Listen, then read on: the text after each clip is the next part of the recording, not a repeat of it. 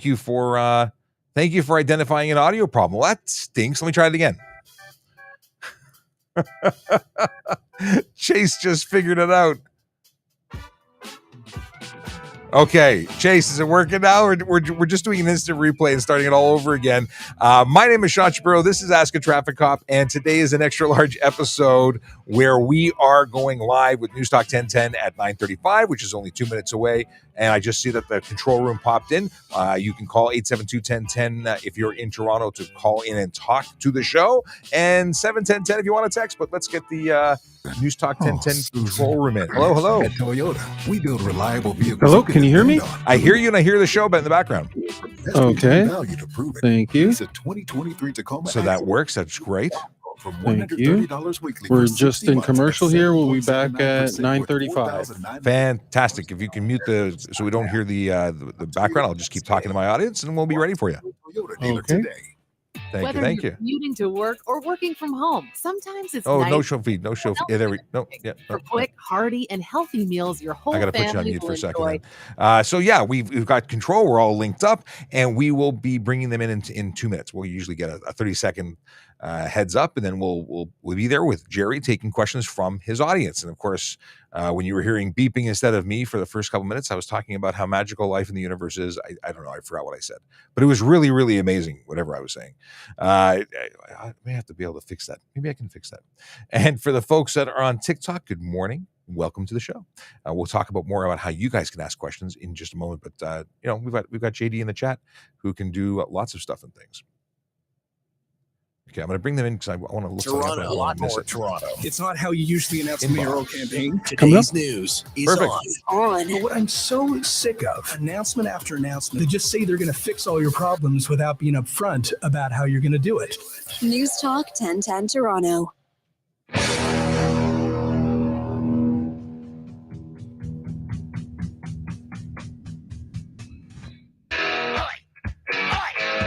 You got music.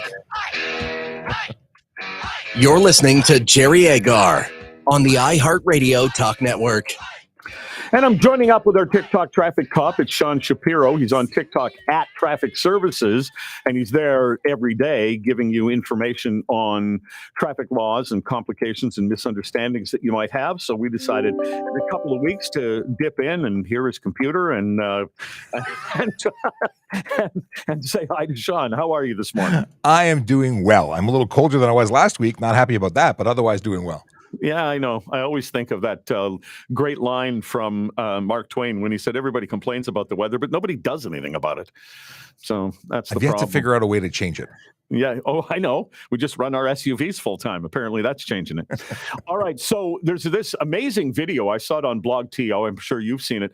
And it has people deciding that they want to get to the 401 from Brampton to go to Toronto, but they don't like the fact that the on-ramp's a little too busy, I guess. And so it's not just one vehicle, numbers of vehicles. They just leave the ramp and they cut across the land in between the highways and join up with the other highway. What's the ramification of being caught doing that? Well, that's a good question. We've been talking about it in the office because we've had some disagreements. First of all, Toronto Police doesn't police that area, so we've yet to run into a problem where we're seeing it. But, there's a bunch of things. For instance, when they're pulling off from the side of the road after they've made that cross, it could be, start from stop in an unsafe manner. There's all sorts of things that could come into play there. But that area is not intended to be driven on. And from the looks of the video, and I've only seen the video that was shared off of TikTok, it seems like there's a path that's being used possibly by service vehicles. And obviously we don't want people doing that, but I've got no clear answer as to it. And I was hoping the OPP would weigh in on that because they may have something that I don't know about. I'm going to guess it's illegal. I would think so. The only time I saw something, well, twice I've seen something similar to this. I was actually a traffic reporter in an airplane for a little while in Tucson, Arizona. And one of the roads into the city in the morning was all plugged up. And I was in the midst of trying to give people directions on, don't get on that piece of road. You could cut off the piece of road at such and such. And then I stopped and I said, or I guess you could just drive through the desert, which is apparently what people have decided to do. It's funny, on the heels of that video that we're talking about, I saw another one while scrolling TikTok, and a couple of gentlemen got out of their car, removed a section of the guardrail, and then started driving through, doing a similar thing to avoid traffic. Apparently, it happens everywhere. People just have places to go that are really important that they willing to take risks. Well, you see those situations in highways where there'll be a divider because you're coming up to where the highway splits, and there'll be a divider, and they've done it with these plastic poles they put out there, and people with larger vehicles like pickup trucks and stuff, they just drive over them. Well, those are designed to fold over, to not damage vehicles. So yeah, we see a lot of abuse with those. Now, a lot of people would be shocked to find out that it's not only illegal to run around the city of Toronto on any surface, bike lane, street, sidewalk, wherever, on an electric scooter, an e-scooter, but there's a possible $25,000 fine. I would bet you most people don't know that. Well, and this is something that it's gone very viral and lots of people talking about it, but that's a charge for not having an insured motor vehicle. And when you are in a modified or a vehicle that's designed to go beyond what's acceptable as an electric kick scooter, which is 24 kilometers an hour, it reverts to its original design, which is a motor vehicle. So there are units designed that look like that can do 70 miles per hour. So obviously it's not a toy at that point. It's not a safe vehicle. And it would require, if it was licensable, if you could put insurance, it would require insurance.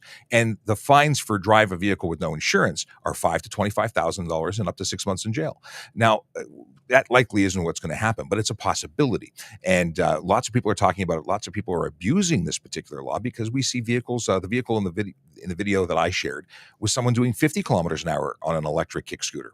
That is outside of the pilot project. All right. Your calls at 416-872-1010, 416-872-1010, toll free, 877-518-5151. And you can text us at 71010. We'll also, in the next segment, talk about some of the stuff people have been interacting with Sean Shapiro on the TikTok show. But here is Henry on the 401. Henry, what's your question? Hi. I do a lot of highway driving, and many times I witness vehicles not only speeding, but going in and out of traffic.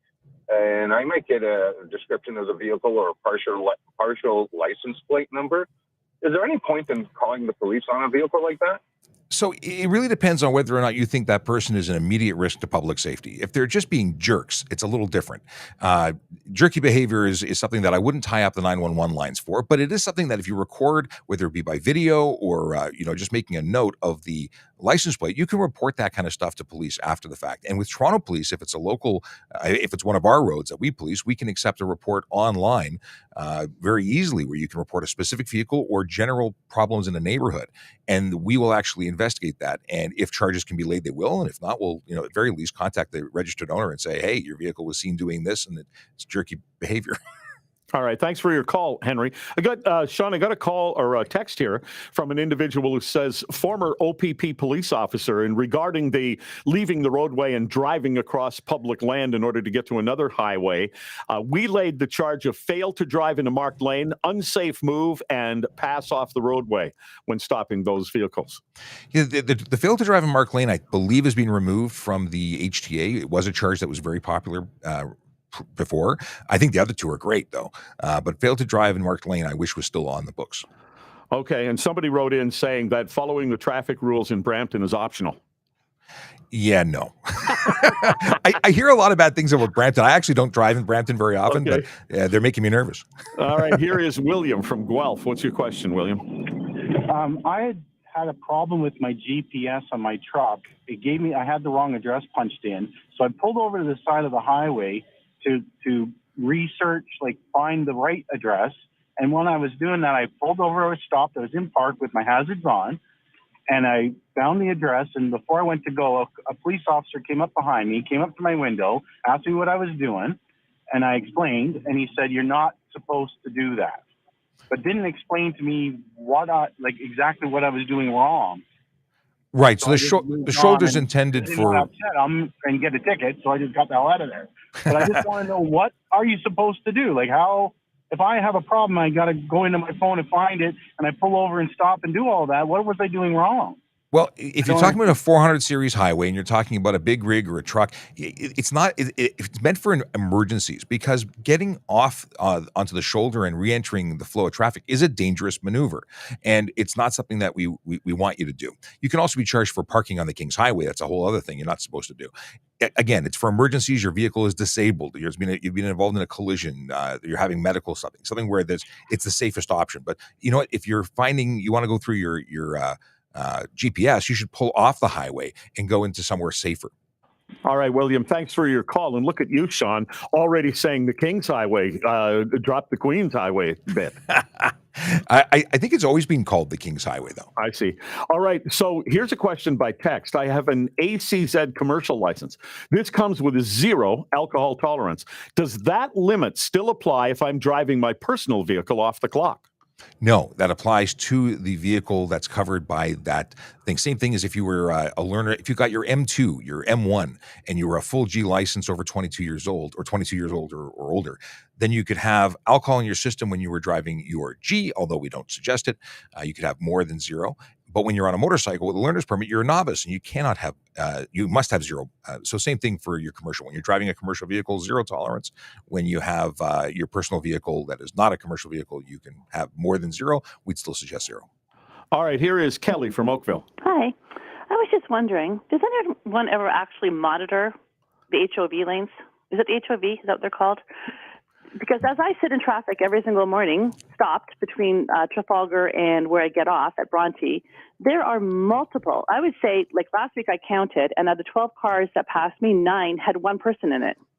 Yeah, the OPP would handle that, and absolutely, I see enforcement on the 400 series where I frequent. So it is happening, but it's all based on the number of officers they have. I don't think it's something that they would say is a sting where they have every available car monitoring it. No, they of also course have. not. But also they do enforcement, no question. And in certain areas, there is an ability to pay for a pass where one person could use the lane. I don't know if that area is covered by that project. Well, that makes it very confusing. Yes. Sean is going to continue on TikTok, and then we'll join back up with him in a couple of minutes. And Sean, I'll ask you about some TikTok traffic questions when we come back. We'll take more calls. And I ran into a situation on the road that I want to talk to you about as well, coming up on the iHeartRadio Talk Network. Okay, I'm going to put you guys in the background. Let me know when we have 30 seconds if you don't mind. And let's get to some questions and see what's going on with the folks here on TikTok and all the other platforms, because I want to know what you want to talk about. And Chase, you can't unhear the beeping. I want to know what the beeping sounds like. I'll have to play it back later. Okay, so questions from Chachi and Esteban. What do we have here? Okay. Okay, we'll talk about that when we come back. Let's see. So we got about 4 minutes, I'm guessing, until we're back, and I'm just going to try and find some questions that we can use to talk about on the air. Okay. If I have, what is this? If I have my permit for D class, can I drive on the highway accompanied with a fully licensed?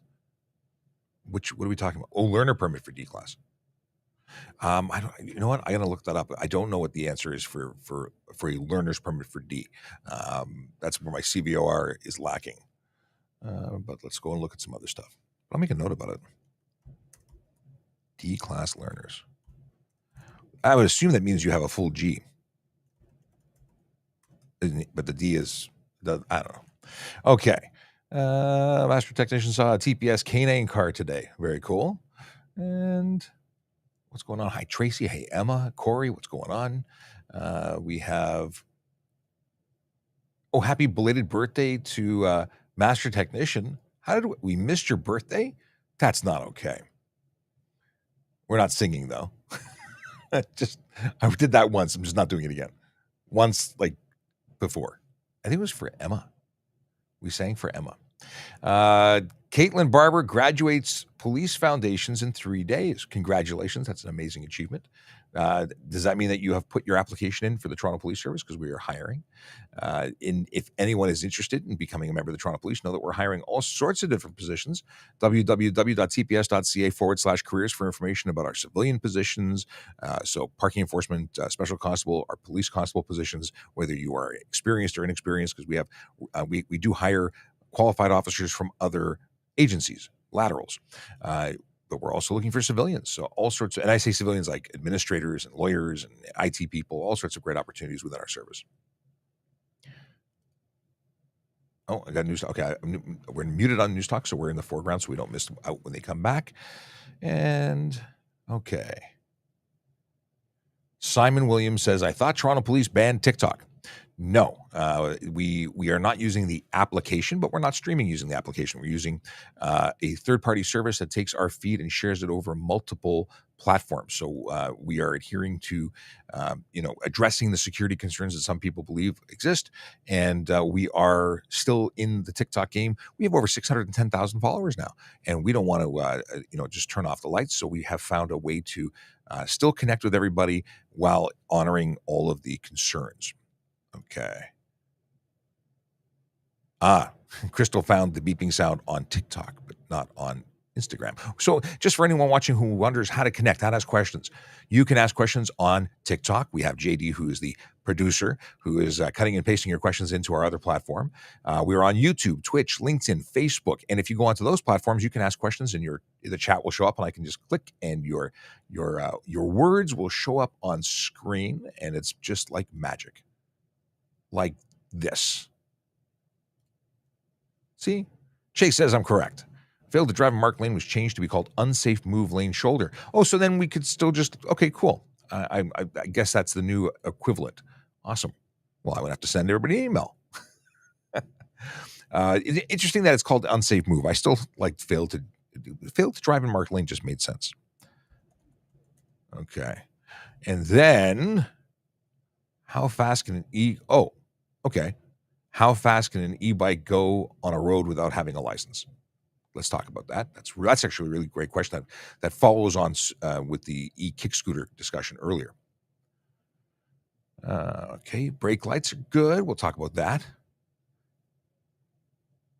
Okay, if I have a G1 and I'm with a person with the full G and 4 dots and 30 seconds. Thank you. And we have 30 seconds and we're going back to the air with Jerry. Cool. Oh, so many good questions. Okay. I like it a lot. If you pass more than one car, would that be considered stunt racing? No. We can try and talk about that in a little bit again. We'll build on that. Killer Draconis, greetings and salutations to you. And so nobody steals. Someone tried to mow your lawn yesterday with the Harley Davidson stuff.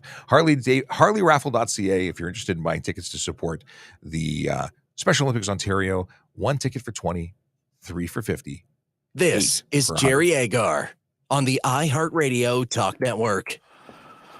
And I'm with Sean Shapiro, the TikTok traffic cop. Let me hear you do how. What is the how? What is I don't even know the reference. ZZ Top song we were just listening to. Oh, I was not hearing it. Okay. Sorry about that. So Sean Shapiro is on TikTok at Traffic Services on a regular basis every day, answering traffic questions, and we dip in every couple of weeks. A couple of quick things here, and I'll take some more calls. This is somebody texted in, Sean, fun question. Can you drive around in a roundabout for 25 hours to break a Guinness World Record? I don't know of a law that would prevent you from doing that, honestly. Really? You're not idling, so Okay. you're driving. All right, then, Paul, who sent in the text message, good luck to you. But don't fall asleep in the middle of all of that. You get some dizzy going on. All right, so I was driving on Queensway the other day, and I'm going to make a left-hand turn. It's a 4-lane road, okay? So I'm over on the inside lane. I'm signaling. I'm going to turn. I was on my motorcycle, and there's 2 lanes of traffic coming at me. Now, there's going to be a break because they're down the road a little bit. There's a red light and at another intersection. So there are those breaks in traffic, all right? Mm-hmm. So I'm waiting for that. All of a sudden, the guy on the inside lane on the other side coming toward me stops. And I thought, what's he trying to do? Because at that point, there was no possibility of a turn for him. There was no way for him to go. And meanwhile, traffic to his right continues to flow past him on the other lane. And I thought, what's he doing? And then he starts waving at me because he had stopped in traffic to try to give me the chance to turn. I'm not going to turn. There's oncoming traffic in the other lane. And then as he went by, yelled at me for not taking advantage of this generous offer that he'd given me. That guy is creating a trouble in traffic. Absolutely. He's doing absolutely the wrong thing. As well-intentioned as he may have been, we see too many collisions that occur in scenarios very similar to that, where someone slows down, they wave you through, and the next lane smokes you as they go by. They're interfering with traffic. They're doing everything wrong. No, he was also in a large vehicle, which meant he could have sort of hidden the fact that there was another vehicle coming. All right. So before I take some calls, what are people interested in on TikTok this morning? We have lots of fun stuff. One person asked, and it's a follow-up to that e-kick scooter question. They said, how fast can an e-bike go on a road without having a license required? And the quick answer to that is e-bikes are required to be limited to 32 kilometers an hour. Problem is we see them going way, way faster. And if you Google it, YouTube it, there are some very simple hacks to change it and make them illegal. So if they're not e-bikes, when they go 33 kilometers an hour under power, they're motorcycles. It's not cool. All right, here is George from Ajax. Hello. Hi, George. What's your question? So I got a question about, I just got my non-restricted gun license. Okay. And if I got stopped while, I have the gun on me. So what should I do? Should I tell the officer they have the gun? Am I required to tell them? So when you're traveling in the States, they have different rules. In Canada, I'm not aware of one that obligates you to tell us. That being said, if you're a licensed firearm owner and you're stopped by police, there's nothing wrong with telling us, and I certainly would appreciate knowing it rather than finding it out during the course of an investigation. But George, let me ask you a quick question there. George, when you're driving with your gun, it's in the trunk, isn't it? Yeah, it's in a trunk. It's unloaded. It's totally safe. But I'm just curious about that. Because I don't have my gun yet, but I'm gonna buy one soon. So I just want to be sure, I know what's going on and what's the law about it. Yeah, and we're also talking about unrestricted long guns, hunting. Unrestricted long gun, shotgun or something, hunting gun, or Exactly. So again, I as a police officer conducting a traffic stop would very much like to know that you're, if you have one with you, just letting me know is a good thing. It shouldn't be a negative thing. It's better than us finding out later. Now, if let's say you were impaired and we were investigating you, and then we happened to come across the gun because we arrested you for something, not knowing is not good. All right. Thanks, George, for that. Now, it is different in the U.S., and I have friends who have concealed carry permits, and if they get pulled over, some traffic violation or something, Sean, what they do is they have their hands up on the wheel, and as the officer walked up, the first thing they say is, "Officer, I have a concealed carry license. I have my weapon with me. I am no danger to officer safety." And that's the best thing ever. Telling, not only are they obligated in most states, but telling us exactly what's going on so we can deal with the officer safety issues and not have that surprise. Surprises are bad. Yeah, I might say, well, I have a gun. It's in the trunk. I'll stay in the car. We're all good. Exactly. Okay. Here is Marcus from downtown. Hi. I'm just curious. When can a handicapped person park in front of a fire hydrant, and if so, for how long? No, fire hydrants are not permitted. They can park. People with accessible permits can park in any parking or no parking area, but they can't park in no standing or no stopping zones. And a fire hydrant is something that must be kept clear. So they'd have to find another place to stop. That being said, if there's a place that legal parking is permitted, where there's a 3-hour rule in Toronto, it's extended to 24 hours. There's a bunch of different things. And all that information is available on the City of Toronto website. Fabulous. Thank you. You're very welcome. Thank you very much for your call. Here is Dawn from Burlington. Hi, guys. Question about coming to an intersection, and if I was turning right, heading east, turning right to head east, and someone does a U-turn from the other side of the road to head east, who has the right-of-way? So right away is this funny thing, and I always say the same thing in response. Right away is something you give, not take. In the event of a collision, people who are turning are going to be responsible. So if you've made the right turn and someone else is making a U-turn in the middle of the road, you're both responsible for making that turn in safety. Generally speaking, the person making the U-turn is making the riskier move and may hold more. But as police officers, we lay charges for the events that took place. So if you made a turn not in safety, they made a U-turn not in safety, at the end of the day, the measurement of who's more at fault will be taken care of in court and between insurance companies. Okay, great. Thanks very much. All right, thanks very much. I have an issue with people when they are turning left onto a multi-lane road, and you're coming the other way and turning right. My thing, if I'm turning right, is I turn into the first lane I come to. They're supposed to turn into the first lane they come to, but they want to shoot across it and come into my lane. Now, in that particular situation, it's a very clear situation in law. They are making an improper turn, and they become responsible in that situation.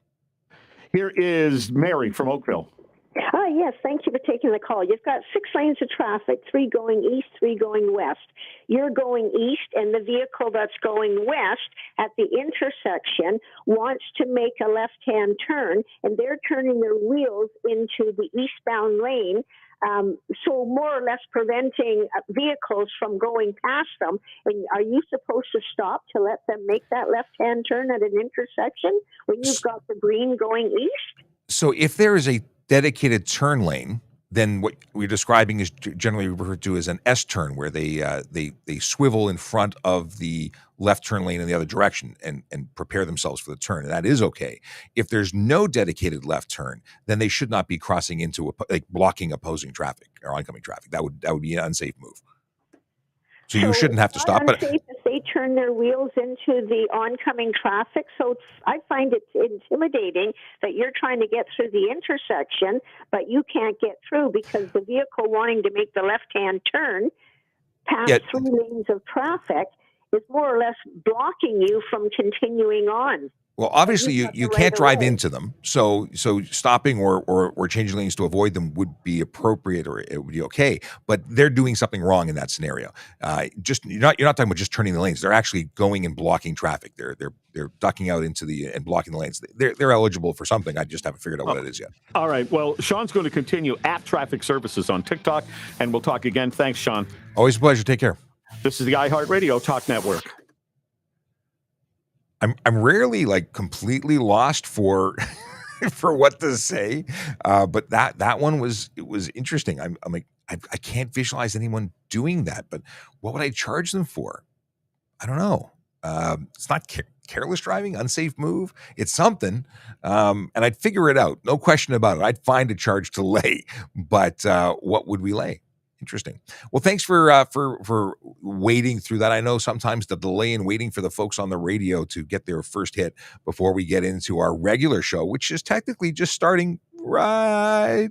Well, I can't wait till it actually rolls over. But now, 10 o'clock. So good morning. Let me refresh the room and let you know who I am and what it's all about here at Ask a Traffic Cop. My name is Sean Shapiro. I'm a police officer with the Toronto Police Service. I am a traffic cop. I eat, sleep, breathe traffic. Yes.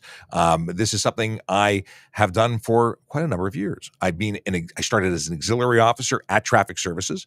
I volunteered for 12 years, and I did that while also working as a court officer, as a special constable. And then about 11 years ago, I made the switch over to become a police officer. I went to 12th Division. I did that as a general patrol PRU guy. And I then came down to Traffic Services when we amalgamated, when all the traffic people came to Traffic Services. And then the world changed. It just got better. More traffic is always better. So we are, I think, the largest single unit in the Toronto Police Service. We handle the entire city. So we're not bound by a specific division. We handle the entire city. And we also do this amazing thing called traffic safety programs, which is where we deal with education. Yes.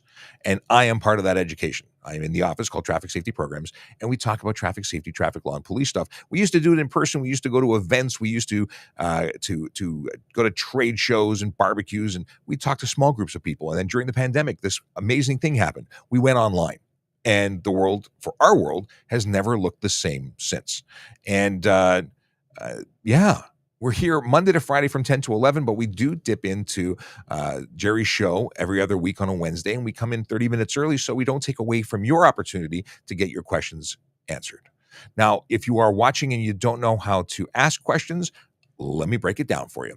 If you're on TikTok, just use the chat because JD's in there, and if you put a Q before the question, he'll know that you're talking about a question, and he'll be able to cut and paste it into the chat that we're on using another platform. If you're coming in by way of YouTube, Twitch, LinkedIn, Facebook, you can just ask in the chat and I'll see it. If you're on Instagram, you can either, if you want to see the wide angle version, then jump over to the other platforms. You can go to trafficcop.ca to get an opportunity to jump into that platform. Now, I just realized I didn't have the ticker going on because the ticker talks about that. It's the ticker talk ticker. Here we go. Ticker on the bottom. It says a lot of the things that I'm saying, but we also have it talks about the TPS traffic jam. We have a podcast you can listen to. Many people said, and this is actually a good question I can ask all of you. People once said that they wish there was a way to listen to Ask a Traffic Cop while they were driving. And of course, having the video playing is not safe. Well, I can tell you two things have happened. One, it inspired us to create a podcast where you could just download it on your favorite podcast app. But that is a show where it's really talking to people and it's interview. It's not live questions. Do you think that this should be uploaded as a podcast so you can synchronize it and listen to it? I don't know. You tell me, because I would happily do it. It doesn't take any work to do. I can do that. I can make the Ask a Traffic Cop podcast replay available on Spotify and whatnot. If you think that's a good idea, please let me know in the chat. Please share your opinions, because your opinions matter. This show is all about you. It is to answer your questions and to give you good information so you can be safer and get less or fewer tickets on the road. Hopefully no tickets, because the goal is tickets are to educate. And if you don't need the education because you already got all educated up, then, well, you're good to go. Okay. I forgot to retweet this on the main channel. Yes, I did. Let me retweet it there. But the reason I am looking at Twitter right now is I want to tell you about Vision Zero. It sounds way cooler than it is. No, actually, it's still pretty cool. Vision Zero is a dedicated group of officers, or a team of officers, that spend time focusing on the big four. Big four are speeding, aggressive driving, distracted driving, and impaired driving. Those are the driver behaviors that we know lead to serious injury and death on our roads. There's no question about it. We know it. Although people like to argue and say speeding isn't dangerous. Yeah, it is. Aggressive driving, victimless crime, distracted driving. Well, I got to check my email and tell mom what I want for dinner. Like, there's so many excuses, but these are known to lead to serious injury and death. And the officers who are out there changing driver behavior one ticket at a time, well, they just see how insane the roads can be. People only see what they see on their drive. Our people are out there focused on it every single day. And I can tell you that people are very often clueless. And there's a lot of fantastic drivers. And there's a lot of drivers who think they're fantastic and aren't. And of course, we're focused on the people that are making the roads unsafe. Today, they are focused on enforcement activities in 13 Division and 41 Division, the neighborhoods of Yorkdale, Glen Park, Briar Hill, Wychwood, Oakwood Vaughan, Dorset Park, Kennedy Park, Birchcliff, Cliffside, neighborhoods where real people live, work, and play. They go to work and they have to get there. And their families are enjoying the communities, businesses that are operating, people who deserve to be safe. And if it was your neighborhood, you'd want to be safe too. We hear too many people being injured just doing simple things like walking to the bus, sitting at a bus stop, just caring about their day. And, they're hurt or they're killed, and it's totally unacceptable. In fact, the entire concept of Vision Zero says that we need to have a goal of 0 deaths on our road. That's why it's called Vision Zero. And for the people who say, well, 0 is unacceptable or unattainable, well, how many is okay? How many people dying on our roads every day or every year are acceptable? And if you say any number other than 0, let me rephrase the question. How many of your family members are okay to die due to the actions of a driver making selfish decisions like speeding, aggressive driving, distracted driving, or impaired driving? Because we can accept minor fender benders. It's going to happen. It's almost impossible to prevent. It's going to happen. Minor ones. But the ones that lead to serious injury and death are totally preventable and totally unacceptable. And that's what we're saying. That's all we're saying. And we'll keep on doing what we do, educating and enforcing. So now that I've done my bit, I'm off the soapbox talking about traffic or specifically Vision Zero enforcement team. Let's get into some questions. And by the way, for anyone who didn't notice, yes, that is the Discord logo. I finally took Volley logo off. It's sad. I hesitated. I hoped that Volley would somehow manage to stay. Excuse me. Apparently, 36 minutes of yapping without taking a sip of water is bad. Okay. Question about the Chang Li electric car. Someone asked about this yesterday. I didn't know what it was, but I do now know what it is. It is not a street legal car. Is it possible that it would be qualifying under the pilot for low power vehicle? I don't know if that one does, but that's where you'd be looking for it. It wouldn't be legal in Toronto. It would be only certain jurisdictions on certain roads with low speed limits. There is a pilot in Ontario that's been, I think, around since 2017, and it'll be on until 2027 because it's a 10-year pilot. But I don't know if that vehicle meets the qualifications. You need to do some reading. I will try and do some reading, but I'm really impressed that I was able to Google it and actually know what it looks like. It's a tiny little car. Yeah, apparently is it the cheapest factory car you can buy in China? In any case, I wouldn't rush to buy it. I did watch it. After seeing it, I realized I watched a YouTube video where somebody in the States bought it and just drives it around their farm. And I don't remember if theirs was electric or gas, but in any case, what do we have? Oh, it is electric. Okay, so I was on the right. It was electric. Why? Oh, really? Okay. Wraiths and Wings says, why have I been seeing police at construction sites lately? When have you not seen police at construction sites? So there are certain traffic plans or situations where police are required because they're the construction site is going to be dealing with things on road or interfering with traffic, and they need someone to control traffic. Now, some sites don't need it, but choose to have it. And what they do is they hire police officers off duty who come in for what's called a paid duty, and they come on and work for that particular site, providing traffic direction duties. We also do things where, occasionally jewelry stores will call and say, we need a police officer. We've got, whatever reason we need more security, and they will hire a police officer to stand in there. And again, it's an off-duty police officer working specifically for that person. It's not tax dollars paying for it. But it's something that when I was on the road, I used to do it all the time. It was a good thing to do, to work extra, because I didn't work enough, apparently. I wanted to work every single day. Okay. Why don't we find rubberneckers? I have seen rear ends from people ahead slamming on the brakes to look at a collision. I have to say collision. It's not an accident. You know what? It is one of my pet peeves. It's not my biggest pet peeve. Well, it is when it's happening, I guess. It's horrible. It really negatively impacts and creates so much traffic congestion. People just mind your own business. I appreciate that it's exciting and flashing lights are cool, but yeah, no. There are actually businesses that have been trying to develop an appropriate shielding system, like a wall that can be put up quickly to basically block, so there's nothing to see. And I think that's a great thing. But why don't we find them? Because police that are there are probably dealing with the emergency, and we don't have sufficient police to, stand by and send people for those who choose to look. What we really need to do is make it unacceptable, more so, and share with the world how unhappy we are with the people who are doing it. But, if I was seeing it, if I was in traffic and I was seeing it being done by the person in front of me, I might just pull them over. Okay. Okay. Well, here is Chase talking about whether or not we should have a podcast version. So you really pay for YouTube Premium? I see the ads. I've never thought about actually spending the money. I want to know more. Is it worth it?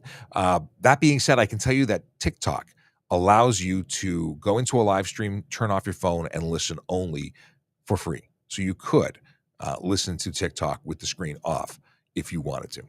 But it's at that point, it's still live. So maybe there's a bonus to having doing that rather than listening to yesterday's episode. All right. Gucci and Chanel, what do you want to know? What is this? Oh, I have a Chihuahua. Apparently, I don't know how to read. I did not. If that is how you spell Chihuahua, I really had to decode that because I don't think I've ever written Chihuahua. In any case, they have a Chihuahua, and he likes to be on my neck while I drive. Is that allowed? Absolutely not. It is absolutely not permitted. Your Chihuahua, despite what they like, needs to be tethered in a seat or crated, and preferably in the back seat, which will likely make your Chihuahua unhappy. That being said, in the event of a collision, your Chihuahua would become a fur bullet and get severely injured and shot out a window, or at very least come into other areas of the car after having traveled at a high rate of speed, and they'll get hurt. And I'm assuming you love your Chihuahua, so it is unsafe to have it. Now, it's also careless driving. You can be charged for careless driving for having a dog on your lap. I would see no reason not to charge you for having a dog on your neck. It's something that is nothing to do with driving safely and could cause you to drive unsafely or to be distracted by the dog that, could be doing any number of things to distract you. So yeah, no, dog nowhere near the driver. Backseat is best, tether or crate.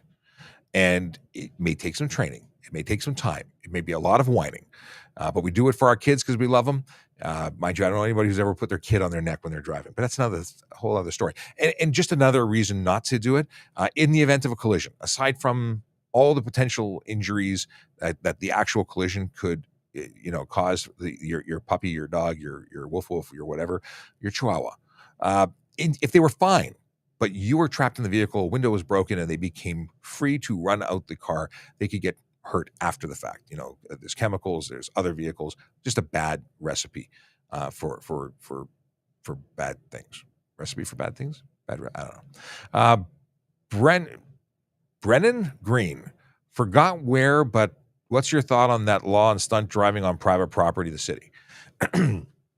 What's my thought on stunt driving on private property?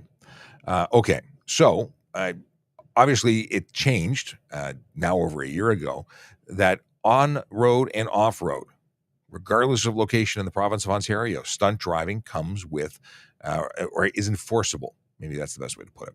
So you can, if you're doing donuts on your personal driveway, on a mall parking lot, on a road, it's all the same. You're eligible for you're eligible for a charge that comes with no set fine.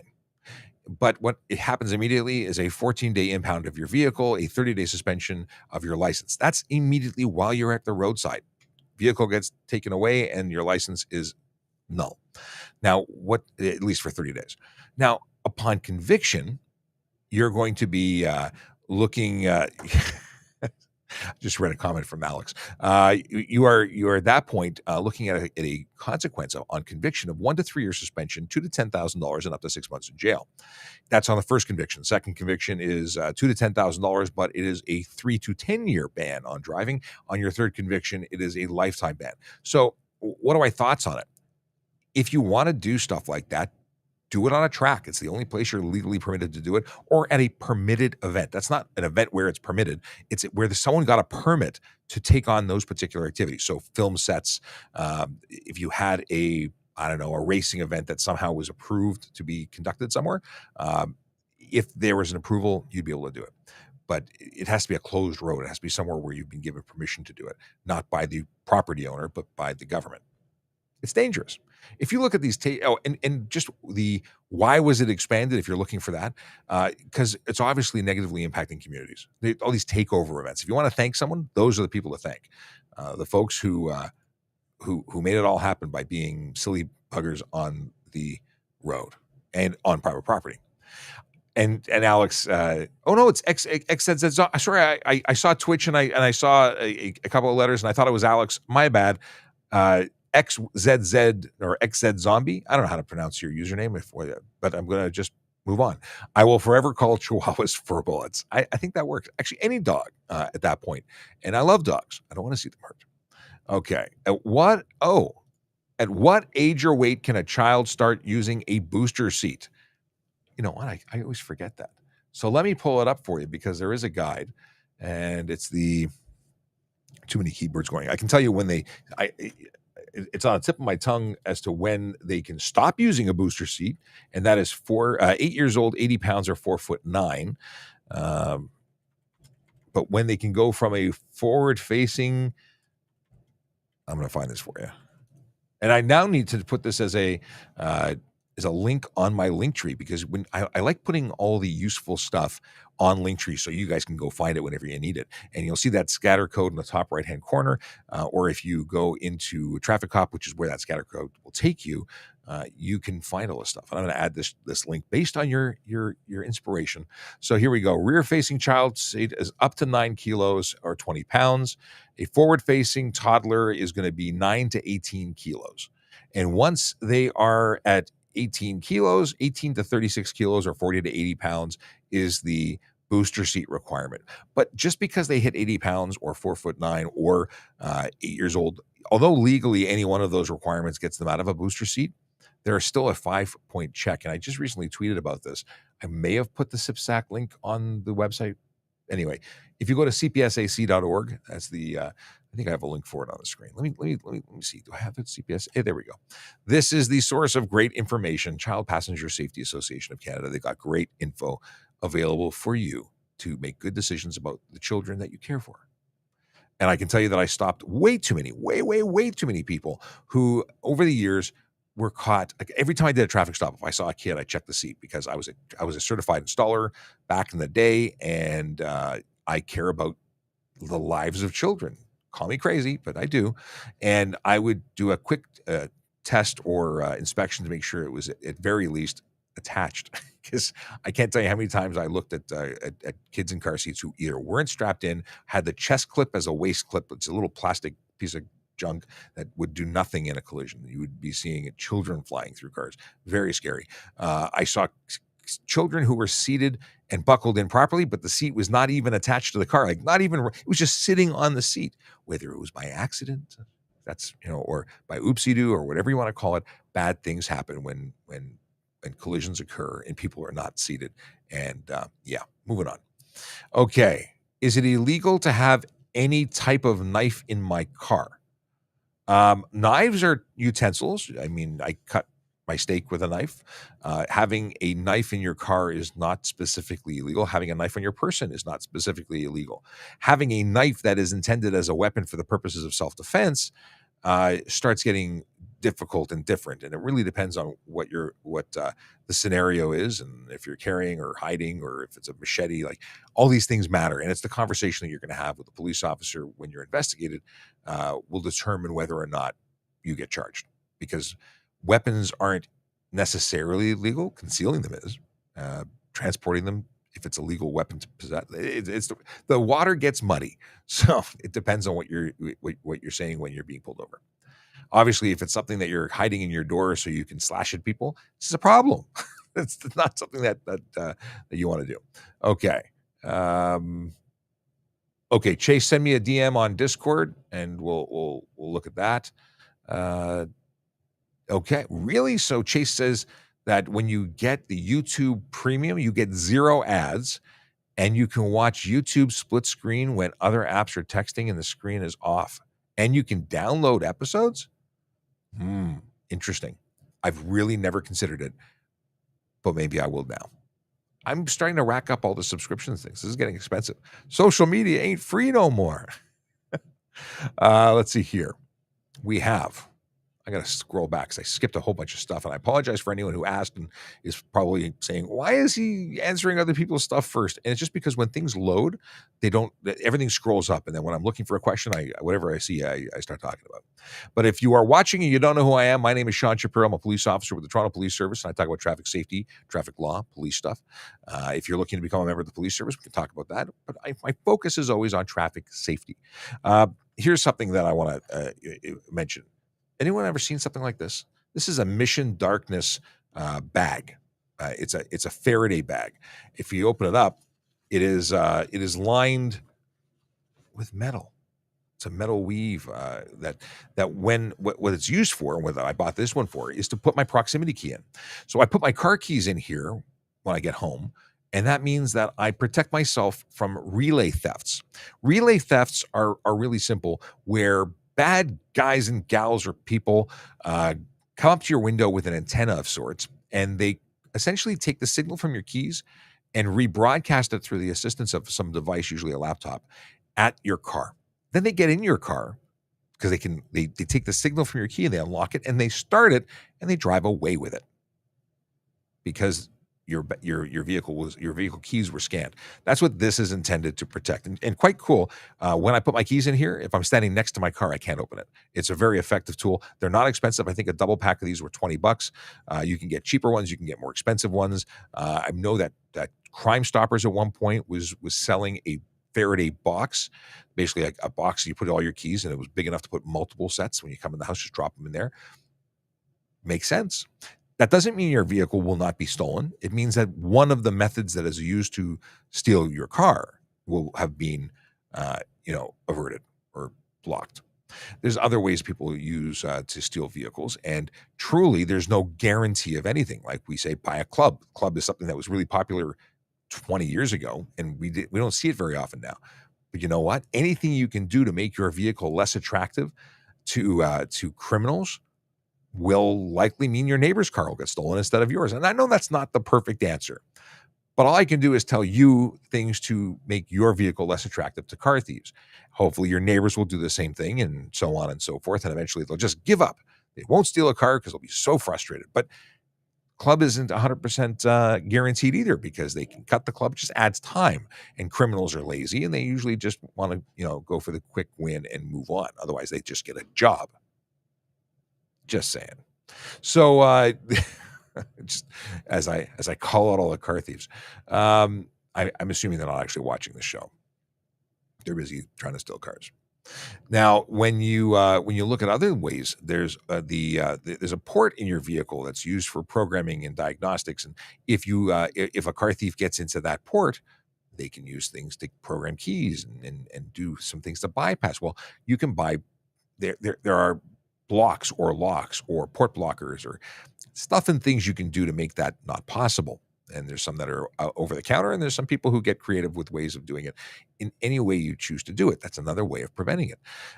What else can we do? Remote kill switches that turn off your fuel pump or disable your vehicle from starting. And there's some stuff you can buy, and there's stuff that you can wire yourself, but lots of different options. And again, if someone really wants your car bad enough, they're probably going to get it, because they can just take a tow truck or whatnot and take the whole thing, whether they have keys or whatnot. Okay, I'm saying whatnot too much. It was like Depends. Once you say it, you can't stop saying it. Akela Jaconas, by the way, I saw your message earlier, obstructing traffic, and I thought about that. I just didn't know if it was the most appropriate, so I didn't want to throw it out there. Totally appreciate the suggestion, though. I was on the same page as you. I just wasn't verbalizing it and that's not me just trying to like cover up. I thought about it. I didn't want to limit myself to only that charge. I think there's some other things we could also lay. This is in regards to the radio caller who called on the last call, talking about people who blocked the oncoming traffic lane because they were trying to make a turn. I lost my bumper. Is it okay for, what is this? Is it okay for my license plate to be on my dashboard? You lost your bumper? How does a bumper just fall off?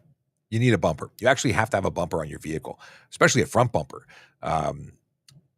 Yeah, you need to get your vehicle shouldn't be driving without a bumper. It's a safety requirement on a motor vehicle. Now, in terms of your location of your license plate, window not okay. You need to affix it. I would say zip tie it to your front grille if you have to, but it has to be on the front of the vehicle, and a license, and your windshield is roughly halfway through your vehicle, or maybe you want to say 35% into your vehicle. Must be on the front. It is not only illegal in terms of not meeting the requirements for its placement according to the Act, but it's also unsafe. In the event of a collision, that thing becomes the Ontario provincial shuriken, and it's not safe. You can get really hurt from a flying piece of metal in your vehicle. It's a projectile in your vehicle. All right. Talked about that. Talked about this. Talked about chihuahuas. Okay. Now we talked about YouTube. My apologies. I scroll through things. Want to know what you want to ask. I want to know what you want to know. I want to talk about stuff that is important to you. If you've got questions, I usually have answers, although I've often, I think it's more now we're getting a higher echelon of questions. And sometimes there's stuff I can't talk about because I don't know about it. And I will avoid at all lengths. I can give you my best guess, but I'd rather know something before I share it with you. So if I say that I don't know, but I think, it's because I think and I don't know, and I'll be honest about it. I try and avoid looking stuff up during the live because it's distracting. But if it's nothing going on, if we've got some time, we'll do it. Chase says, turn on super chats and TikTok gives to help with those subscriptions. Yeah, no. When I subscribe for stuff, I'm subscribing out of pocket. And I don't take, so when we first started lives, we were getting, I won't say showered with gifts, but we took in a couple $100 in donations or gifts from TikTok. It was something that was happening all the time, and we couldn't turn it off. We tried turning it off, and it didn't work. We had to actually go to TikTok and say, please, we're a government account. Stop this. Make it stop. And they did. They turned it off. In fact, I think that we are the reason that government accounts can no longer receive. They're automatically not permitted to receive monies. And I think we started that trend. So yay us. I got a piece of beef jerky, and it's thank you. What is this?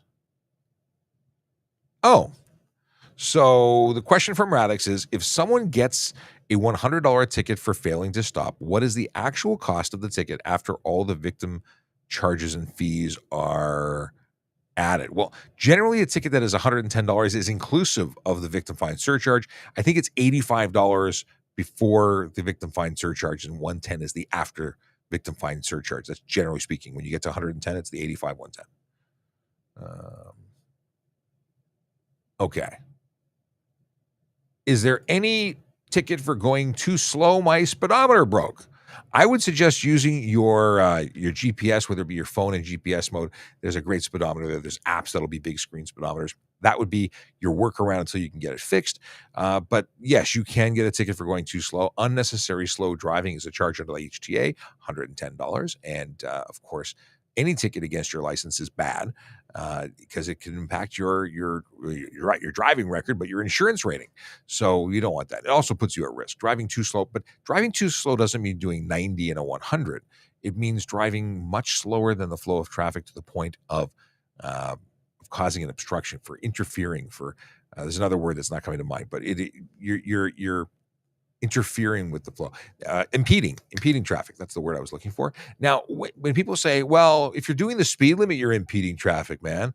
I don't know why I go to Surfer Dude when I talk about that, because I don't think that Surfer Dudes would be speeding. But the deal is that people believe that you're going unnecessarily slow while you're driving the speed limit in most cases, because everyone else is so busy being used to speeding 20 to 30 kilometers over the posted limit. Those people don't deserve to drive. I think we should reduce stunt driving thresholds to 30 kilometers an hour. We should really start taking people's licenses away faster. And people say, wow, why would you do that? Well, why do people speed? You don't get anywhere that much faster. You just don't. And if you think you do, you should time your drive and then do it at the speed limit and time your drive again, because you don't win that much. I'm shoving over because I see Sergeant Campbell joining. Are you joining us? You should absolutely. Let me move stuff and things away. I had multiple coffees here. When you're ready, I'll give you the mic. All right. Slide thing. Hello. How's stuff and things going this morning? Stuff and things is good. Excellent. We've talked about what I just pressed. I pressed something randomly. Hey, it's perfect. I haven't actually answered this one yet. Excuse me. But we've been talking about all sorts of things. We were on with Jerry this morning, and then from Jerry, we went right into questions, and it hasn't stopped. Excellent. And how is Jerry? Jerry's good. Jerry, we talked about a bunch of stuff. We talked about e-kick scooters. We talked about e-bikes. We actually talked about the folks that were driving from two highways off-road. And because I didn't have a specific answer. I had some ideas, and I said, it was really an OPP thing, and I'd love to hear what the OPP said. And a retired OPP officer said they would have charged them with failed to drive in marked lane, and an unsafe move, and something else. I forgot what the other one was.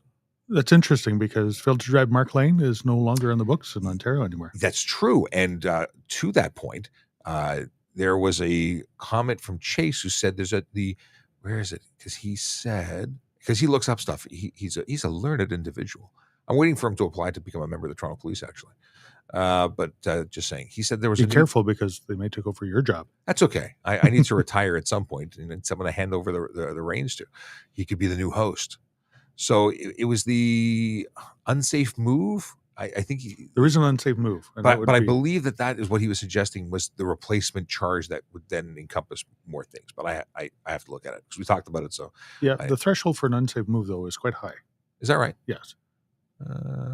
Let's see. I want to find out what he said. In any case, there was a suggestion that was the replacement charge to fail to drive in marked lane. Maybe it was a different wording, Chase, what did you say? Say it again. Okay, we'll come back to this. In the meantime, Mir wants to know if I have a G1 and I'm with a person with a full G and the 4 dots, and I get pulled over, what happens in that situation? What happens? Well, depends if you've done anything wrong. First of all, you shouldn't get pulled over. And then nothing happens. Well, that's right. If you're not breaking the law, they just say hello. Well, so we can stop anyone to confirm the status of their license to ensure that they are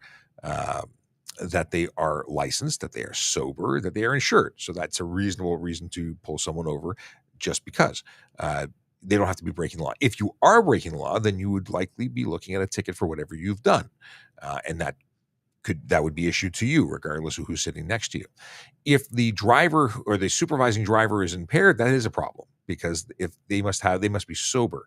So that's an important thing. A lot of people don't realize that the supervising driver, you can't be a designated driver as a G1. Right.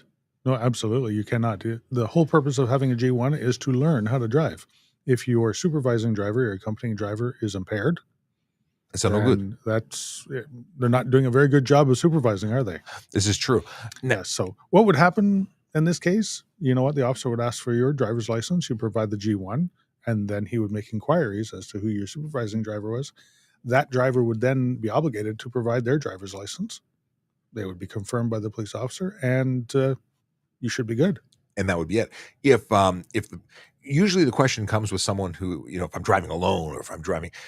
Now there is something to know. If you're charged with something that comes with 4 demerit points and you're convicted, that will come with a 30-day suspension on the first conviction. On a second conviction, a 90-day suspension. On a third one, you get kicked out of the program. Because any charge with 4 demerit points or an accumulation of a few more will result in charges. The whole idea of a graduate licensing program is to give you enough rope to get into trouble. Get enough leeway. And if you are not driving appropriately, then you'll likely not get your license. Right. If you have a G1 and you're amassing more than 4 points on your driver's license, maybe you're not ready for the road. Yeah. But it's all about safety, right? And if you can't drive safely and abide by the conditions that are put out there, we got to keep everybody safe. So. And we're generally accused of being tax collectors, doing this to make money for the state, the city, the province, whatever you want to say. And the deal is that it's really not about that at all. It's about safety and holding people accountable and trying to change driver behavior and making sure that your loved ones and mine get to where they're going every day safe and sound. Yep. Now, Dre has a question that's related to G1. He only has a G1 and wants to know if he can purchase a car. Absolutely. You don't have to have a license to buy a car. You can be completely unlicensed and purchase a car, and you can get plates for it and all sorts of things. You just can't drive it. Yep, absolutely. Yeah, no problem at all. In fact, businesses that don't even have arms or legs, they're just businesses, can own vehicles. It's funny. I never really thought about that. Yeah, businesses without arms or legs. No, I don't know. They're businesses. They're not humans, but they're considered entities under the law, and they can purchase things. They can own things. Sean, yes. What do you call a person? Well, go ahead. Without a body or a nose? Without a person without I don't know. I don't know. Nobody knows. No, nobody knows. It's actually pretty good. Oh my goodness. You have some phenomenal you have a library of dad jokes. I really am in awe of your ability to appropriately deliver those. XZZ, it's now I'm saying it again wrong. XZ Zombie. Here's the question. Can you use your phone in drive-throughs, I assume you meant? If not, what about paying via your phone wallet? So that particular charge under the Highway Traffic Act is limited to the highway, meaning any road. And I've yet to see a drive-through on the road. On private property, although it's not suggested, it is not unlawful. Not unlawful. Yeah, that is a big thing. And that's the double negative, not unlawful. I'm loading up. Oh, 1 second. Volley. There's a belief, and someone said that there were charges laid once before. You can be charged for what can you be charged with? On private property? In relation, because people were saying, and I think it was just that false. may be in other jurisdictions. That's true. You never know. Yeah. In Ontario, no, you can use it, although it's not suggested. Now, on private property, you can't stunt drive. Can't That drive is impaired. enforceable.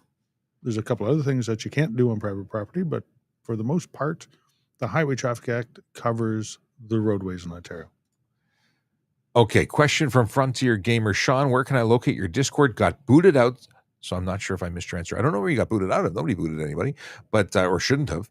I don't even know how to boot people. But if you go to the scatter code and up there, or you go to trafficcop.ca, there is a link to join our Discord, which is a place I was trying to spend some time in today, answering some questions and getting. It's not quite volley, but I'm working our way into it. It is a chat space. It is a community space. So welcome back. You know how to get there now. I see Michael's dad jokes, so we'll look at those after. Ryan, is this a dad joke too? No, we can't say that dad joke. It's inappropriate. So Matt Talman says, this is an impound question. So convenient that you're here. Hey, there you go. Can you impound our vehicles if we're at a car or truck meet and do nothing or anything illegal? Well, why would we impound that? If your vehicle is not committing an offense that has lawful authority to seize and impound, then we don't impound. If your vehicle is unsafe for the road, upon going on the road, we can take your plates and charge you for drive motor vehicle that's unsafe, or operate unsafe motor vehicle. If you're at a car and truck meet and stunt driving, we certainly can. Well, that's stunt and stunt driving is anywhere. So yeah, but he's specifically saying not doing anything illegal. So if you're not doing any act that is illegal, but your vehicle is unsafe for the road, and we walk through and do an inspection, we can't do anything while you're on the private property. But the minute it hits the road, you're ours, and that's not an impound, but that would require you to be towed somewhere. And it's interesting because I remember years ago, but I don't think I was a police officer at the time. I went to something called Dark Nights. It was because I was selling something that was car related, and we went to the show. And when the police came, everybody ordered tow trucks and towed their vehicles home, and that's smart. I got to give them credit. It's too bad it took the police to arrive for everybody to do the right thing. Well, that's right. Right. But given all the circumstances, they actually found a way not to get their plates taken. And I'm a little disappointed. There's somebody that I regularly see their posts, and they have cars that are clearly not safe, and they keep making more cars that are clearly not safe and posting videos about them. But they claim that they're not being operated in Ontario. I don't know that that's true, but very cool looking, very illegal and unsafe vehicles. That's too bad. It is too bad. Can I get a ticket for having worn bald tires? Mm-hmm. You know what else you can get? That's an unsafe vehicle with bald tires. Improper tires is a specific charge for maybe one or more tires that is maybe getting close or below the wear strip on the 2 millimeter wear strip on a tire. If there's more, it could be an unsafe vehicle. It could be taken off the road. We could be taking your plates and towing your car away. Yeah, it was funny. I just watched the minister, was it transportation minister, Mulroney? I should know this, and I retweeted it. Anyway, the MTO had they just finished a long November to March campaign on safety, wheels off and whatnot. The province takes it very seriously. We as police officers take it very seriously. Unsafe roads, unsafe vehicles make for unsafe roads. Absolutely. And I don't know about you, but I like being happy, healthy, and safe, and I want my family to be the same. So it's a big deal. I have to look at this one here. I'll flag it so I can come back to it later. What are the laws around doing a launch start at an intersection? Well, launch starts, this is where you have a mode, which is intended for the track, for racing, to do a launch, a racing maneuver, essentially. I would say that a launch start would qualify you for stunt. Mark departure, unsafe thing. What do you think? Yeah, I would say it depends. This is true. So there's nothing that says you cannot accelerate to the speed limit as fast as you want to. However, if you are racing somebody, if you're actually trying to beat somebody, then it's a race. It would be stunt. What if I'm just racing the clock? If you break traction with a roadway, then that would be stunt. But if you want to waste your gas and get up to 60 kilometers an hour as quick as you want. What about pedestrians jumping out of the way because they're in fear of their lives? Well, that's something different. That would be depends. It is depends. If there's a pedestrian there, then yes, of course. But if there's nobody else around. Yeah, I can see where you're going with that. Yeah. Yeah, if there's nobody else around, there's nothing wrong with... If a tree falls in the forest? But with your launch start, you're obviously sitting at the light, revving your vehicle. Unnecessary noise. Usually quite high revving when you hit the launch. So once again, it all depends. Depends on the whole set of circumstances. Oh, yeah. I don't suggest it. I would personally just not go there. Chase has a question. He'd like to know about bell contractors. What authority do they have to stop at the side of the road, put on a pylon to block a lane of traffic when they're performing work at a box on the boulevard? Can't block a lane. They have pylons. That's nice. I've met a couple of pylons, but yes. No. So they have no authority, and yet they do it. Now, if there is a contractor working on the roadway or a municipality that's working on the roadway, a construction with a permit to close a lane, the proper signage, that is okay. So chances are, if they're doing it, they more than likely have a permit. Or is that unsafe? Is that unfair to assume?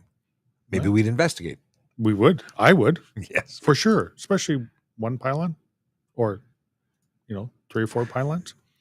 I don't know if you guys know, but Bell Canada does have a mandate that anytime they stop private property or side of the road, roadway, they must put their pylons out.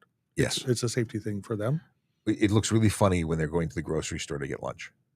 And they put their pylon out? Put their pylons up because they don't want to get in trouble. Yeah. And I you know what? If there's a rule and they follow it, I'm all about rules, so I got to commend them. I can't make fun of them. Yeah. Even though it looks kind of silly. Uzi says, why are police stopping car meets? Well, we're not stopping car meets in particular. We're stopping illegal activities on the roads and in private property and investigating the people who are making streets and parking lots and private property unsafe. I go to car meets. I used to love going. My favorite thing to do on the motorcycle on the weekend was to go and hang out with other people on motorcycles and stare at each other's motorcycles and say, hey. Yeah, my classic car, I used to take around all the time to car meets. But we weren't doing things at the car meet other than meeting, showing off our cars, being part of a group. Yeah, no. Nothing unlawful. Now, when there's car meets that are, drifting, doing dangerous stuff, taking over parking lots. That's a stunt meet, isn't it? That is a stunt meet. And that's the big thing. We are car enthusiasts and motorcycle enthusiasts and people just like you. But the difference is that it's the unlawful portion that we don't participate in and what we enforce and look for. So that's what's being stopped or being investigated and should stop because it's not right. Trust me, both of us car lovers. Yes. Both of us vehicle lovers, all sorts of different vehicles. I saw a cool vehicle.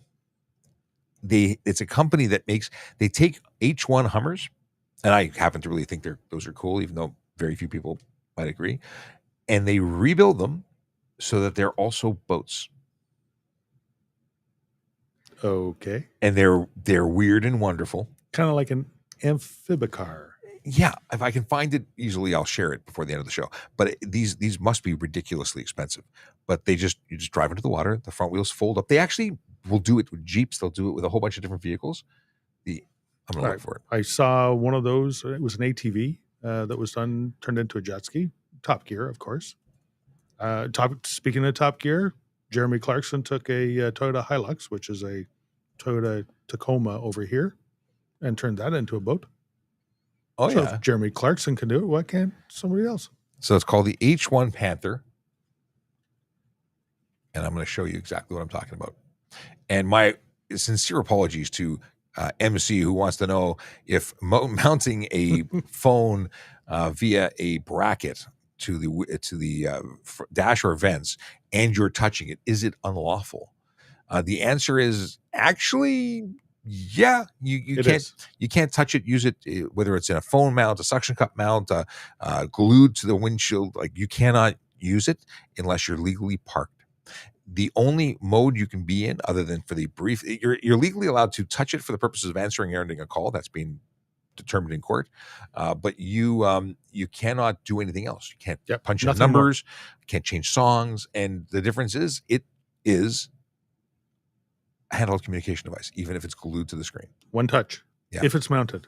Yes. Can't pick it up and then answer. Right. Do anything Holding it is against the law. Yeah. It doesn't even have to be on. Just holding it.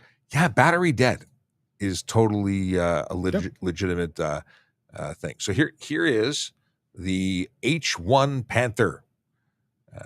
And let me just... I didn't know panthers swam. I don't know. I've never spoken to a panther about it. Maybe it should be an H1 like fish. But that's neat. I think that's really neat. So if like, it's really neat. Mostly because I already like the H1, but it's a boat. Just say why? Well, because then you don't have to like tow a boat. Yeah. Yeah, I know. I'd use it like once in a very blue moon. But I think this is neat. Can I share this? Will the audio work? Are you getting audio? I think you're going to get the audio.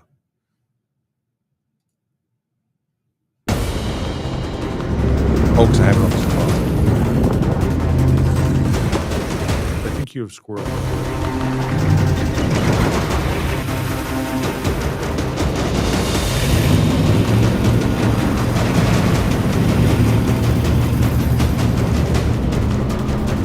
I like all sorts of stuff and things, especially when it has. Oh yeah, I gotta stop this too loud. It's too loud. I'm gonna say no, it's not for you.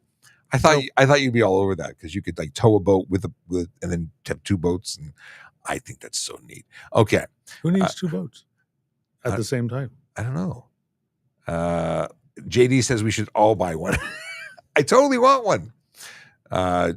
Okay, we've obviously missed some questions. Kitchener, yes, I don't think I've gone that deep down the rabbit hole of non-on-topic stuff, but whatever. Yeah, you did. Have I before? You squirreled. Yeah, no, I definitely did. I just don't know if I've gone quite that far down before. Let's see here. Is it okay to put front rear facing car seat? Oh, here we go. Is it okay to put a front or rear facing car seat in front seat of any car or SUV, or is it limited to a car with a smaller back seat like a Mustang or two-seater cars only? Also, I have a top down in car with baby seat. Oh, can I have a top down in car? So there is no specific position, which is a legal requirement for baby seat placement. Ideally, you want it as far away from the airbags as possible. And in some vehicles, those are triggered by sensors, whether they arm or disarm, because an airbag can be deadly. An airbag can hurt small people, being children or even people of smaller stature, especially if they're being pushed close to the airbags. It can be dangerous. So it is definitely, in your best interest to go backseat as long as possible, and if you have the option. But it's not illegal to go front seat. And if you have to, you have to. If you only have a vehicle with a front seat, you're not going to leave your child at home just because of the car or sell the car. Yes. So if you have an option to put somebody in the back seat, it is the safest position to do it. If you don't have an option, there's nothing unlawful about doing it. But, make a few precautions. Make sure the airbags are turned off. And not only for children and child seats where they must be there, but for smaller people as well, or animals. Yeah. Or your pets. If you can, the car seats, the actual physical car seat, the seat in the car, to the farthest back position to be as far away from the airbag as possible would be my suggestion. And now there are other things to think about. You have to still be able to affix all of the mounting requirements, tethers and whatnot. So it may or may not be possible to do it the way you're supposed to do it, to be properly installed. So it still has to be properly installed. If you want more information on how to install, check out CPSA. CP, too many initials. Easy for you to say. Not at all. CPSAC.org, and you can certainly get some advice. And they are an authority in this topic. Ryan Pinn says, "I think you have squirreled." I say that to him all the time. Yes, and I wear that badge of squirrel proudly because I have a lot of fun whilst squirreling. Is lane splitting stunt driving? And it's one of those things that depends. Could be careless, could be stunt, could be dangerous. Yeah. And I had an interesting conversation about cyclists, because somebody that I follow on Twitter was really upset. I say really, I'm adding emotion that may not be there. It appeared that they may have been not happy with someone who recorded a cyclist riding down the curb lane, passing all sorts of stop traffic. And then the discussion became, was that actually legal? Riding down the curb lane? The curb in the curb lane, between the curb and stopped vehicles in traffic, lane splitting on a bicycle. I don't think that's legal. I think if there was a bicycle lane, if there was a cycle track, it would be perfectly legal. Yep. But just driving, because they're unintentionally or intentionally, I guess it would be intentional, they're choosing to do it, traveling within 1 meter of a car. Car has an obligation to leave 1 meter space for a cyclist if the cyclist is present, passing the cyclist. But I don't think there's a lot of discussion the other way around. So it's an interesting conversation, and I'm not now going to do some research because I'm now curious. Well, they're not actually passing on right of the roadway. They're in a lane. They're just occupying the lane that is already occupied. Right. Which is not smart. Well, it does have certain risks. Yeah. Yeah. Let's see here. Wait, finale? No. Mando finale? Are you saying it's the end of the season today? Today, Wednesday is Mandalorian Day, if anyone didn't know. Every Wednesday is when they release the latest episode of Mandalorian. But I'm not ready for it to be over. No. Oh, this means I have to cook something really good for dinner. I don't even know what you're talking about. The Mandalorian. Not a clue. Okay. Okay. Yeah, I'm not looking at anything on the internet until after I watch this. Okay. Frontier Gamer says, cyclists do it all the time, and it's so bad when turning right where no bike lane exists. Yeah. Totally agree. This is why the conversation... Law is a funny thing. The Highway Traffic Act is law. Anything that's written in legalese or left for interpretation or room to move, things that are loosey-goosey can be interpreted differently by different readers, the court. So I want to at least inform I have my personal opinion, but I don't have a definitive answer. So I'd like to find that definitive answer. You know what? We have lawyers that actually work for the Toronto Police Service, and they're there to provide us their interpretation, their best interpretation of what the law says. I had a meeting with two of them yesterday where I was unclear on the Repairs and Storage Liens Act. It's an old piece of legislation. It's not clearly written. It kind of contradicts itself. We need to know what it is, what the spirit of the law is, and what the letter of the law is. We need to know both. Logan calls that loosey-goosey. Loosey-goosey. So that's where we get an legal opinion on it. So we should get an opinion. I'd like to know. And even then, it could have different opinions when it gets to court or doesn't go to, who knows? Perky wants to know, what happens if someone gets stopped by police and they have a G2? Similar to that, what happens when you have a G1? You're probably going to be held responsible for whatever you've done to cause that stop. But it may be a nothing burger. It might be just to confirm that you're, going through a ride program, that you're not impaired, or that you have insurance, or that you're properly licensed. Did you just say a nothing burger? I did say that. Okay. Now I'm hungry. Were we having sandwiches today? Okay. Josie Furbaby wants to know, on a single lane highway, when two cars pass at the same time and collide, who is at fault? So they're both passing cars at the same time? Single lane highway. Well, I'm assuming they mean a road. Single lane in both directions? In either direction, I'm assuming. Because I get the impression that they're going to collide because they are in opposing. I don't know what you mean, but I think you mean one lane in either direction, and you meet in the middle when they're both passing and they drive into each other. No, if they're, I don't know. They both have a requirement to pass in safety. They'd both be responsible if they're both passing simultaneously. I'm not really sure what you're asking. Love to be a little bit of clarification on that. Yes, could you rephrase? Because I have a different thought on what she's asking. So, what do you think they're saying? Well, a single lane highway. That's one lane in one direction. That there are some of those in Ontario. How do you pass in there? Exactly. That's what she's asking. But well, I don't. Okay. Well, I'm just assuming that Josie Furbaby is what they're asking. Well, maybe you can rephrase. And we need pictures painted, lines drawn. even just a little bit more information would be great. Please. Thank you. The Lies of the Jedi wants to know, can bicycles get off their bikes and go onto sidewalks at any time? When they convert magically like Transformers into pedestrians when they get off their bikes and walk. And that is exactly what they're supposed to, well, they're supposed to do. If they have to go on the sidewalk, they should be dismounting and taking and walking their bike on the sidewalk. Similarly, is it bylaw for crosswalks? For dismounting for crosswalk? That's a provincial law. That's actually HCA. Crosswalks are for pedestrians, not for cyclists. And you cannot ride a bicycle through a crosswalk. You must dismount and you have to into a pedestrian. And the walk in the crosswalk is the clue there. Yes. Yes, or pedestrian crossover. The other clue, PXO. They pass or they. Oh, Akela says they pass or collide not. This is back to Fur Baby. They pass or collide, not both. Okay. There's a whole lot of question, a lot of discussion here. Let's get in. We like to discuss. So I'm reading them backwards. Logan says, the one that crosses the center line, and then okay, next time you're in Halifax, you can take a road tour and a harbor tour on a World War II amphibious vehicle dubbed the Harbor Hopper. You mean that were you in Halifax recently? I was not in Halifax when I went out to the East Coast. But this June, I think I'm going on a road trip, actually a motorcycle road trip. A vroom vroom. And I think we're going to do a few stops. This is a question that sounds good. I'd love to travel within Canada more. Chachi asks, can I get in trouble for having empty beer cans in back of my pickup truck? Yes. It's an insecure load if you just have cans in your.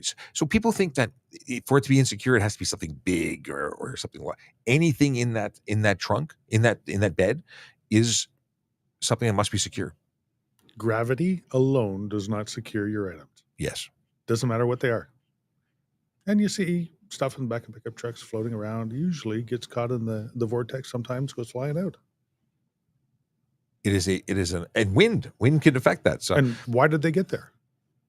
Were you throwing them through in the back window? Oh, well, yeah, it's when they start flying around, it's a problem. But at the end of the day, upon inspection, like I used to pull people over with stuff just hanging out everywhere. And they'd be like, well, what is it's not going anywhere? Look, it's stuck. No, one bump and they ain't stuck no more. What is this? Pause, collide, blow. What is this? Can bicycles? Okay, unless there is a bike lane with a bike signal, what are we talking about? Can you make a video about lane splitting where it would be stunt or just, you want a video? We just talked about it. Jesse Anthony wants to know, can you make a video about lane splitting where it would be stunt or just lane splitting? There's no ticket for lane splitting. The activity of driving through other vehicles that are traveling slower than you're occupying the same space that they're entitled to, is careless driving. It's driving that is just dangerous or unsafe. And you do that, and if you up the ante by increasing the speed, there is something called a marked departure, or you're going too close to vehicles while you're traveling past them, which would then qualify as stunt.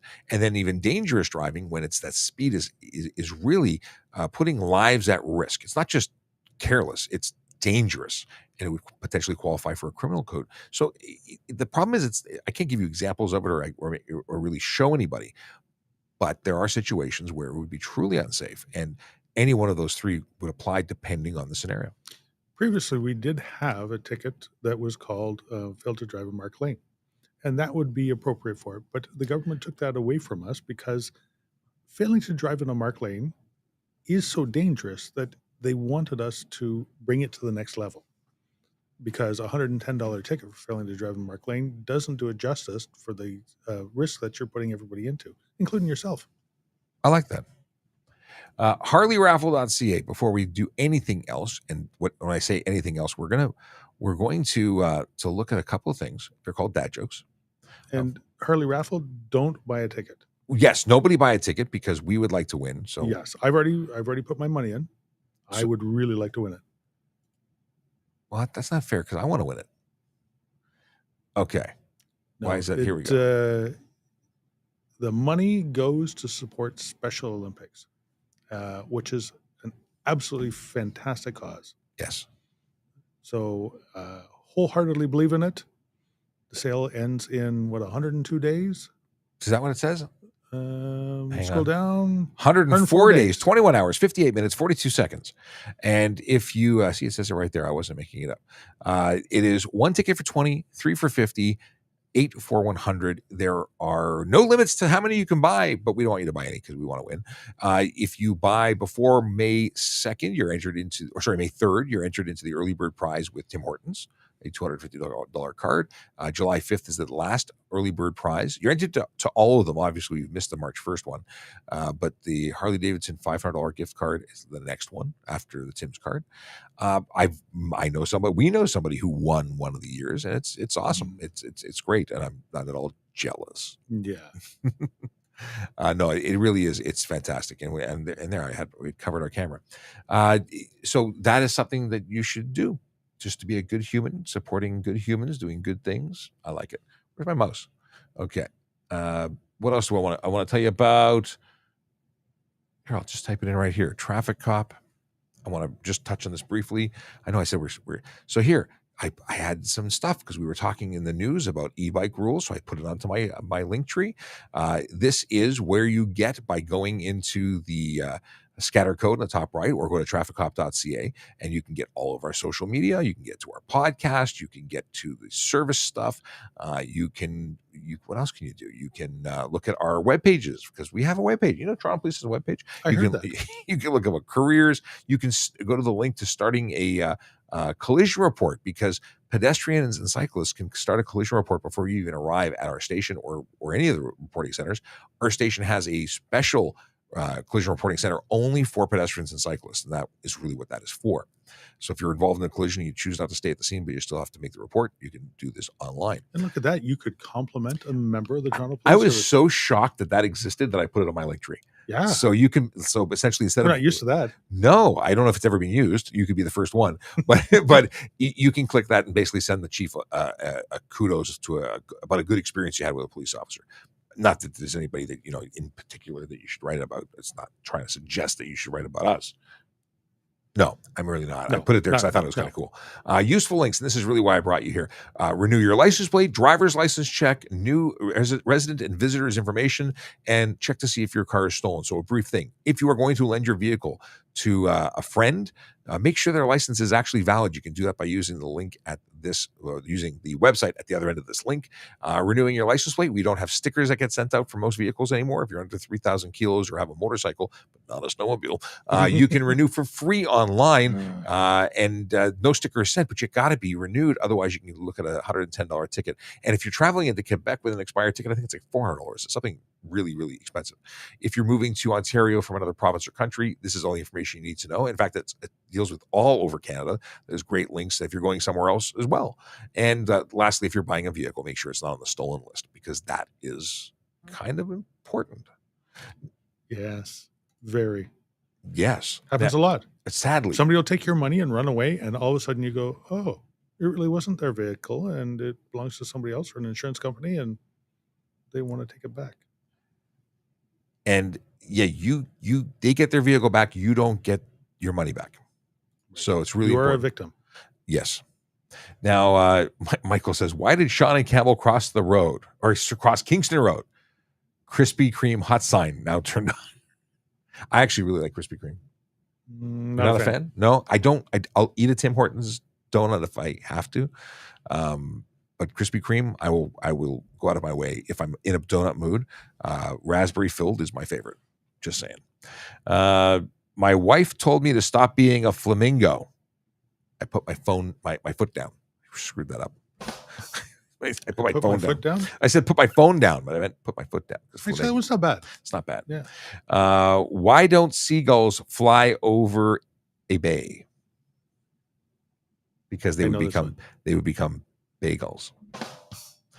A quite intellectual joke. Two chemists walk into a bar. Chem 1 says, I will have H2O, please. Chem 2 says, I will have water also. Chemist 1 leaves because his assassination attempt failed.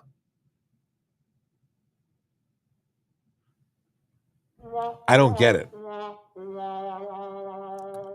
will have H2O, please. Yeah. Do you get it? No, Michael? Michael, explain yourself. I don't get your joke. I'll have to Google it. Yes, I don't get it. There's a video there, but I don't know if you should open it. I can't open it. I can't unknowingly. He said the cartoon. I'll have to pre-use it. Maybe that was an old dad joke. Okay. Can you please? Oh, and you know, I forgot to mention on that link tree. Link tree. Okay. Your Discord link is a Discord link. So right at the very top of the, where is it? I'm on the wrong screen. On the very top, it says, maybe I need to make it more obvious. Join the Traffic Services Discord server. It's right there. You should use it.